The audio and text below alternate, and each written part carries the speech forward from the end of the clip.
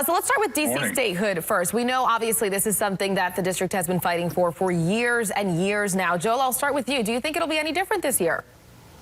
Well, I think it's going to be very close this year, and certainly there's a lot of national momentum towards statehood for D.C. The Democrats, we have control of both chambers of Congress, so there are legislative opportunities now that never were there before. So it's a strong argument to be made that Americans need to have a full democracy. This is 2021. It's not 1821 anymore. It's time for D.C. to get the vote.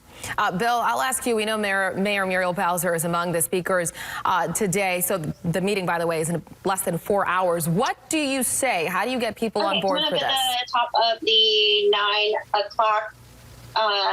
Joel, I'll stick with you for this one. What does Mayor Muriel Bowser say to get people on board for this, to support it? I think she really has to point out primarily about how this is an American value, that American voters need to have all of Americans at the table. And right now we have over 700,000 residents of D.C., citizens of D.C. who are paying taxes and not getting representation, and that this is unfair. It's inequitable. It basically denies Americans the right for representation, and it's not in sync with the times that we're living in. So that's critical. Also, she should point out the fact that it's also unfair, frankly, to the Democratic Party, and try to make the argument to Democrats as well that this is a way to balance the balance of power, frankly, in the Senate, where we have nearly 2/3 of Americans represented only by 50 senators in the Senate amongst the Democrats.